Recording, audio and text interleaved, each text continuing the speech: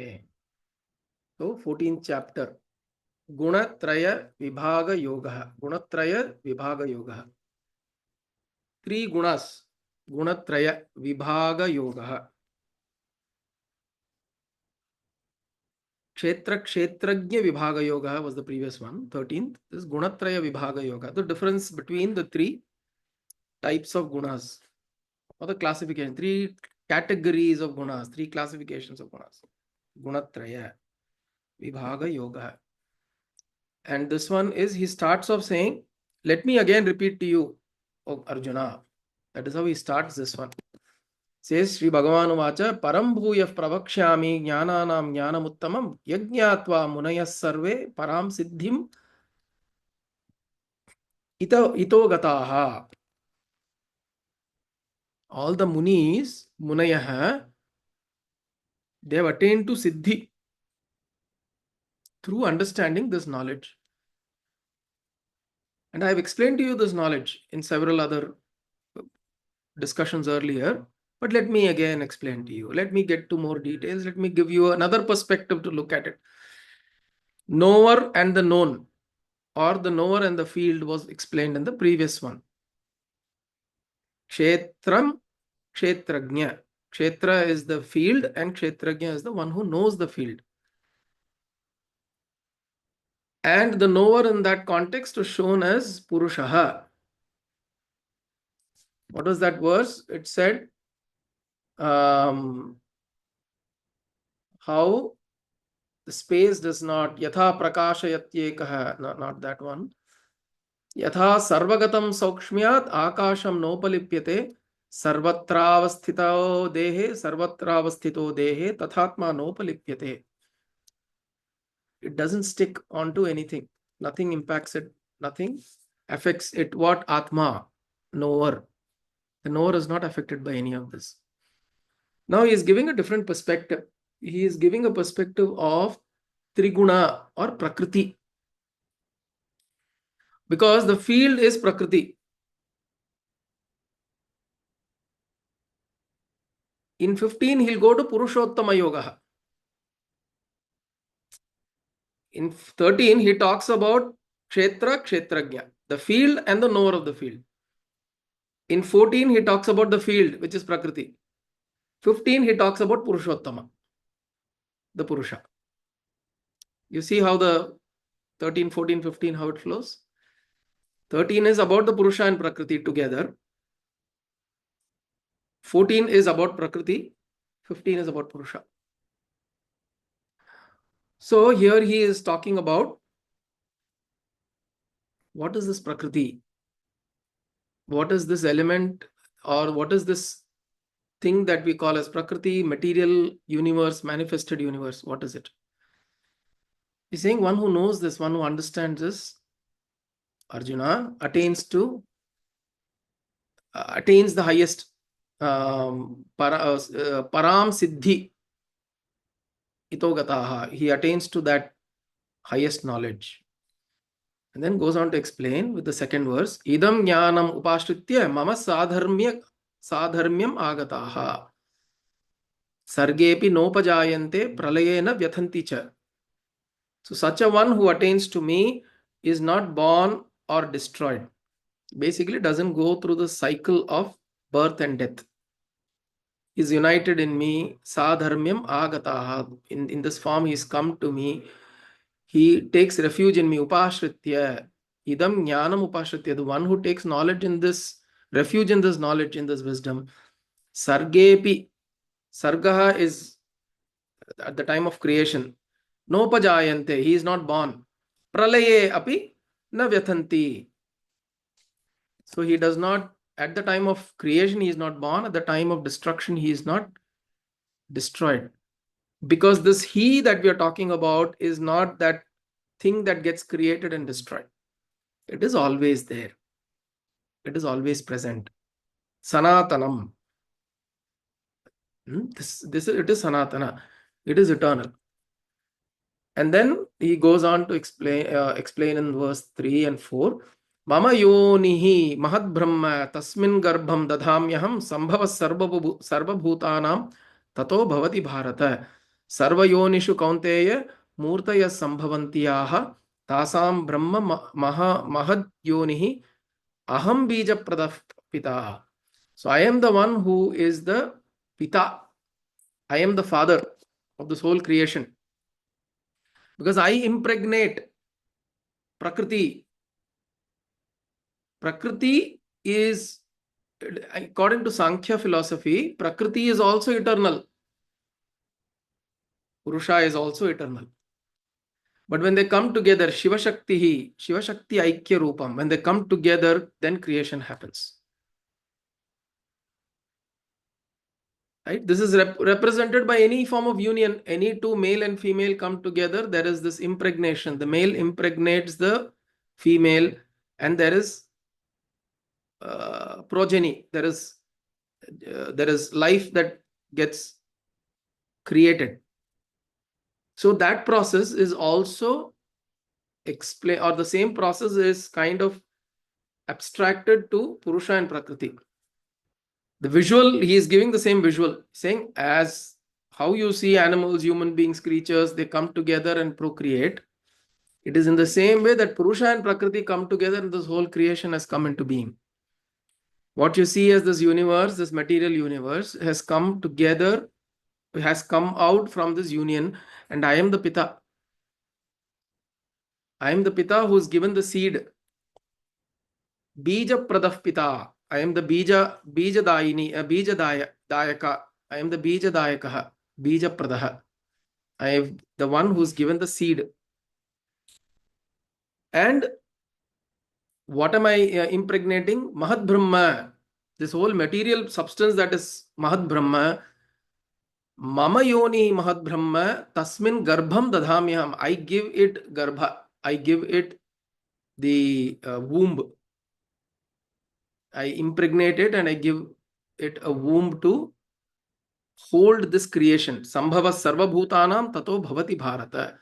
So that from that womb is created all of those individual forms of life. Sarva Yonishi Kaunteya Murtaya Sambhavanti Yaha. For all the species that are produced, it is from this womb. Tasam Brahma Mahad Yonihi. Aham Bija Pradah Pita. I am the one who is giving Bija to all of this. So it is that one Bija from which everything has been created. It is like how Gandhari had one lump of mass, and then Veda Vyasa cut it and put it into 100 pots. And he gave life, and 100 children were born, but they were born from a single substance. So like that, he has given one bija. In fact, how twins and triplets are also born. You know how, remember what we've studied, usually the zygote that's formed sometimes breaks into two identical fertilized eggs, fertilized zygotes. So one becomes many. Right? And in that way, that one bija that he is provided to the Mahad Brahma or Prakriti. Mahad Brahma in this case is Prakriti. Mahat. In Sankhya philosophy, Mahat is the first one that comes from Purusha. From Purusha and Prakriti, Mahat is the first one. From that comes the Triguna. The Trigunas come from there. So this process of creation, he is explaining to say that I am the one who is impregnating this, which means this thing that you call as the field or this Prakriti or this creation is in a state of suspended animation. When I impregnate it with consciousness, then it comes to life.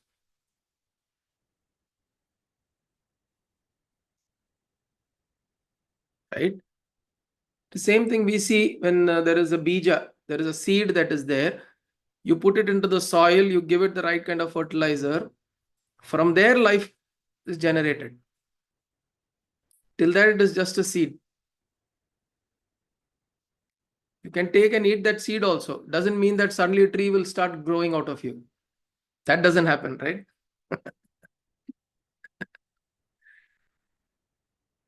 ஐயோ வாழைப்பழம் கொட்டையை சாப்பிட்டுட்டேன். Suddenly வாழைப்பழம் is going to come from inside. பேரிச்சம்பழம் கொட்டையை முழுங்கிட்டோம்னா சின்ன வயசுல தான் சொல்லுவோம், ஐயோ பேரிச்சம்பழம் மரம் வரப்போகுது, ஈகிற வாய் வழியா இலை தெரியுதா பார்த்துட்டு இருப்போம். So that will never happen because you are not a fertile environment for that seed to blossom, for that creation to happen. You are not the fertile. It's not the right condition and the right environment for it to happen. So in the same way, when Purusha or Purusha in this context impregnates Prakriti, gives it the right environmental condition, gives it the right soil, gives it the right situations and conditions, and then there is this life form that starts germinating.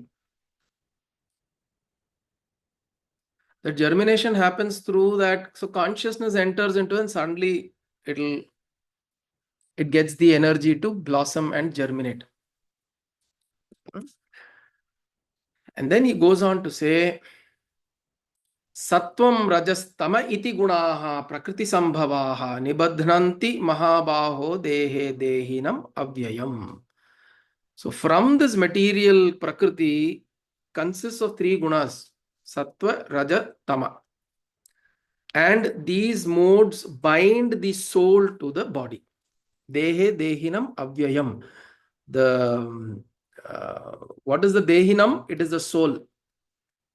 Soul is the dehinam, which is, it's inside the deha. Dehi is the one that is inside the deha. Right? Dehi. The one inside the deha is a dehi. Dehinam avyayam. It does not perish. It is immutable. Atma. That is bound to the body. Dehe. Because of what? Nibadhananti. Because of the gunaha. Gunaha prakriti sambhavaha. From prakriti, these gunas are born. Prakriti sambhavaha. Gunaha rajas tamas, sattva rajas tamas. These three gunaha are born out of the prakriti, and they bind the atma to the body. So if you look at atma as an amsha of Purusha, then material universe is an amsha of Prakriti. This body belongs to Prakriti. Atma belongs to Purusha. This is the Sankhya philosophy. This is how Sankhya looks at this.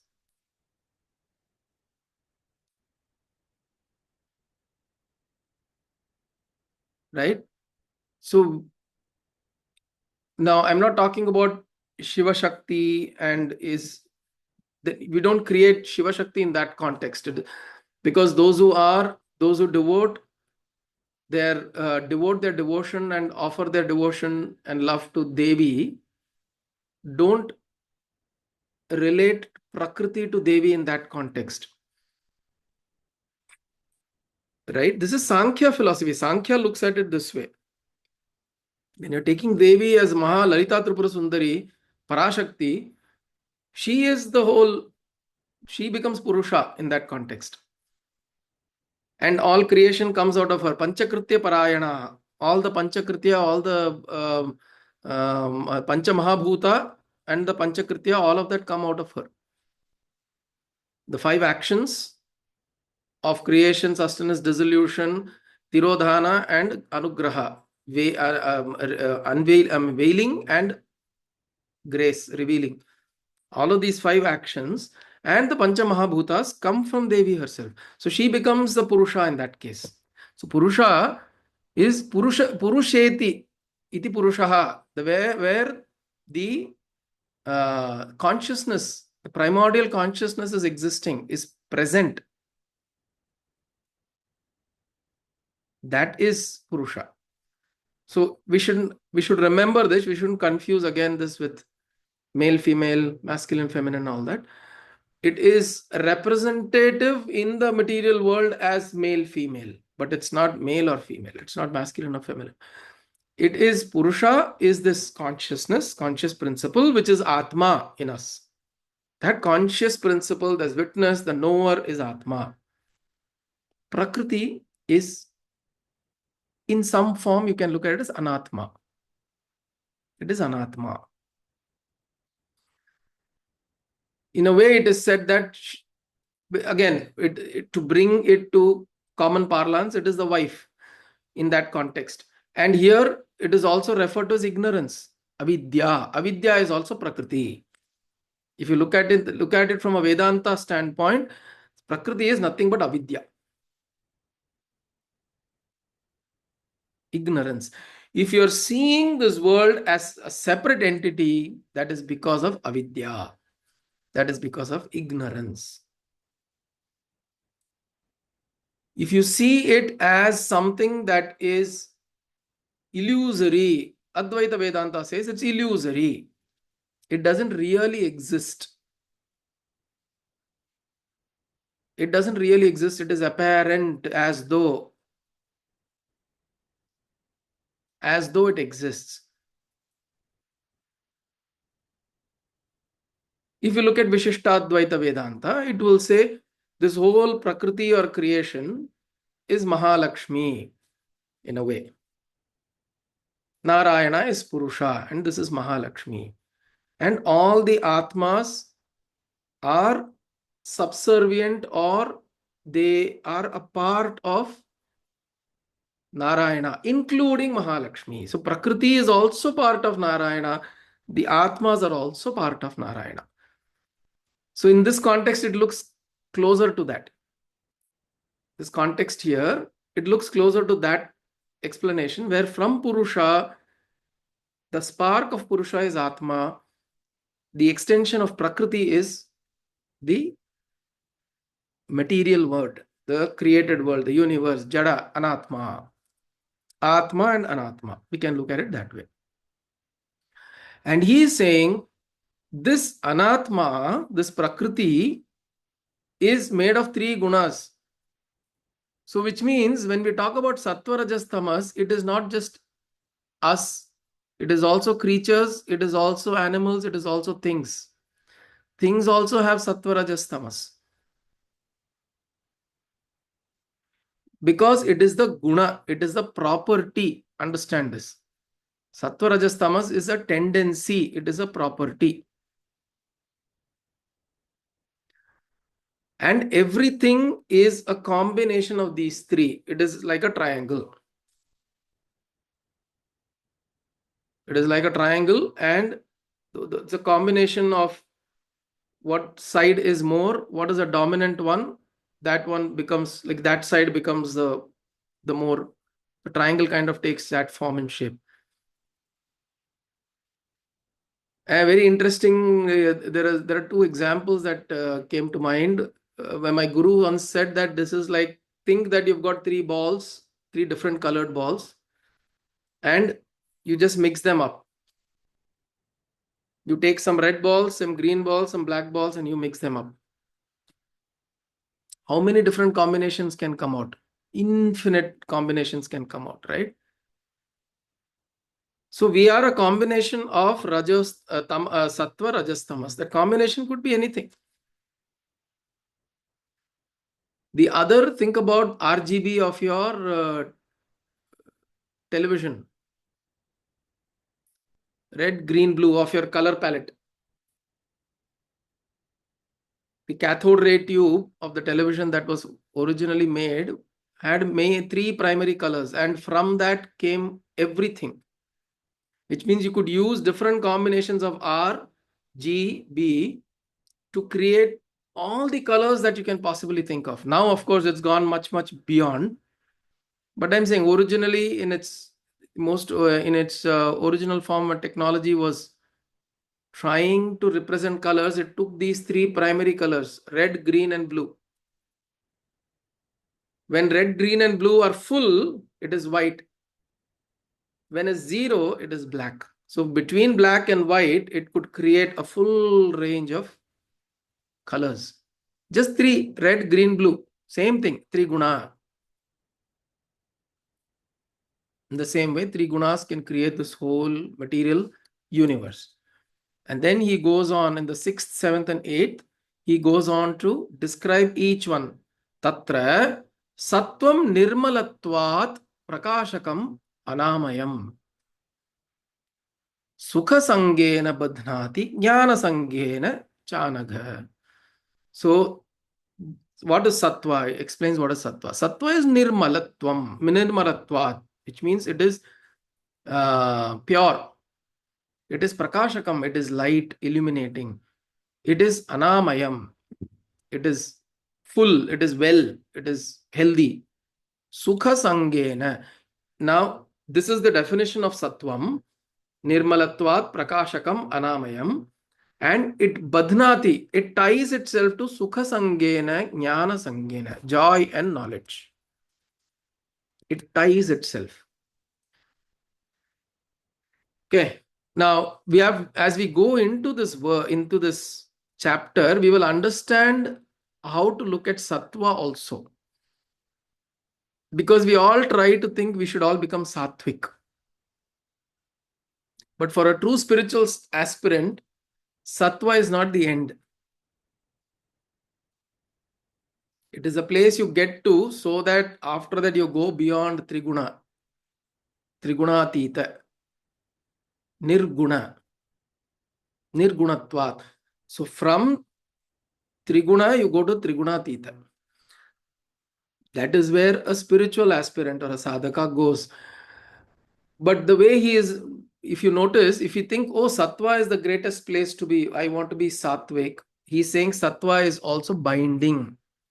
Badhnati. See the word bind and badhna, very close, right? B-I-N-D and badhna. B-A-D-H-N-A. Bind. Both mean the same thing, English and Sanskritam. Badhna is to bind. What are you bound to? You're bound to joy and knowledge. That's also a binding. I want joy is a binding. I want knowledge. I want to know, no. That is also binding. It is a better binding than rajas and tamas, but it's still binding. And what is its nature? Its nature is being joyful, light, well-being, free. This is the nature of being sattva. Nirmalatvat, pure, untainted. These are all characteristics of sattva, but yet it ties itself to sukha sangena, jnana sangena, knowledge. Here, this jnanam we should not relate it to atma jnanam. This jnanam is not atma jnanam or brahma jnanam. This jnanam is knowledge. Apara vidya. So this is sattva. Then comes rajas. Rajo ragatmakam vidhi. There is passion in it. Raga dvesha. Trishna sanga samudbhavam. It is binding itself to Trishna, desire. Tannibadhnati kaunteya karma sangena dehinam. So this, how do you exhibit rajas? It is through action. Sattva is through experience. Rajas is through action. Tannibadhnati karma sangena dehinam. Trishna sanga samudbhavam. It rises from Trishna, from desires. Sattva, it doesn't have so much of desire. There is a desire for joy and knowledge. But if you get joy and knowledge, you further don't ask for anything. There is a certain level of contentment. There's a level of contentment. There is a problem of falling. That's a different thing. But when you are there in that sattva state, nalla irukku, jolly irukku. But understand, when you're in that state, then there is this joy and knowledge. And understand, gunas are not states necessarily, gunas are tendencies. These are tendencies.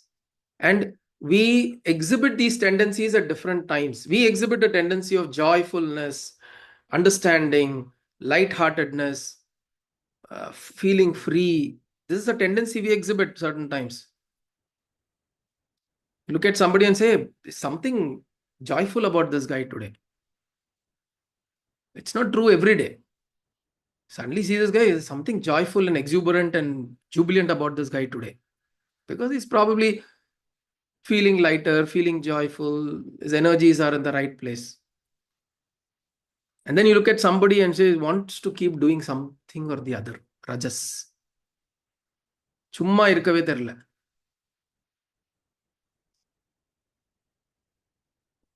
So to be quiet is not about not doing something. It is to be, even when you're active, you can be quiet. We'll talk about it. But action here means it is binding you. Why? Because it is rising from desire. It is not rising from the need to do. See, the difference is, if you have to act, you act. If you don't have to act, shut up. There is this burning desire to act. You must act. You must do. You must do.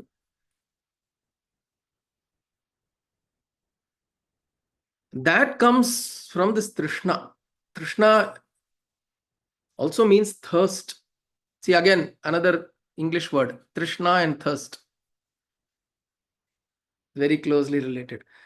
Thirst, some kind of a thirst, yearning, longing. Because why? At the end of it, you're expecting some return. Your action is an investment and you're looking for a return. And that is the motivation to do something. Trishna.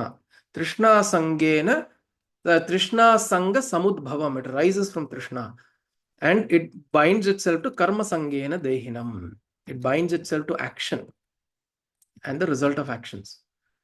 Then the third one, tamasatva jnanajam vidhi mohanam sarvadehinam. Tamo guna is born out of ajnanajam vidhi. Ajnanajam tamasaha tamaha tu ajnanajam vidhi. It is born out of ajnanam, ignorance. And mohanam sarvadehinam, illusion. It is illusion. And what does it bind itself to? Pramada alasya nidrabhi tannibadhnati bharata. It binds itself to negligence, like pramada, negligence, alasya, laziness, nidrabhi, sleep, indolence, laziness. Just want to be. But that just being is not out of understanding or contentment. It's out of laziness. There is absolutely no joy left. There is no fire to live. Joy is gone, but you're just telling that, no, there is nothing for me to do. See, if there is joy, then there is sattva. There is no irsha, there is no kama, krodha, lobha, moha, madamatsarya. The shadripus are not there. Sattva is there, the shadripus are not there. But here, in tamasaha, that ignorance, the shadripus are there. You are lazy, you are indolent, you are procrastinating, you're not doing anything, but at the same time, you're looking at somebody and then you're getting anxious, you're getting jealousy, you're getting all of those. So he says that it binds to pramada alasya nidrabhi tannibadhnati bharata. So these are three verses. He says, in the sixth he says about sattva, tatra sattvam nirmalatvat prakashakam anamayam sukha sangena badhnati jnana sangena chanaga. In the seventh, he talks about Rajoguna, Ragatmakam Vidhi, Trishna Sanga Samudbhavam, Tanni Badhnati Kaunteya, Karma Sangena Dehinam. Eighth, he talks of Tamasa. Tamasattvagya Ajnanajam Vidhi, Mohanam Sarvadehinam, Pramada Alasya Nidrabhihi, Tanni Badhnati Bharata. So, he is given an introduction to the three gunas, and subsequent verses we'll see. He'll dive deep into each one of them. Okay. Om Kayena Vacha Manasendriyerva Buddhyatmana va Prakriti Svabhavat Karomi Yatyat Sakalam Parasmai Narayanayeti Samarpayami Sadashivayeti Samarpayami Jagadambiketi Samarpayami Sadgurunathayeti Samarpayami Hari Om Tat Sadgurubhyo Namah.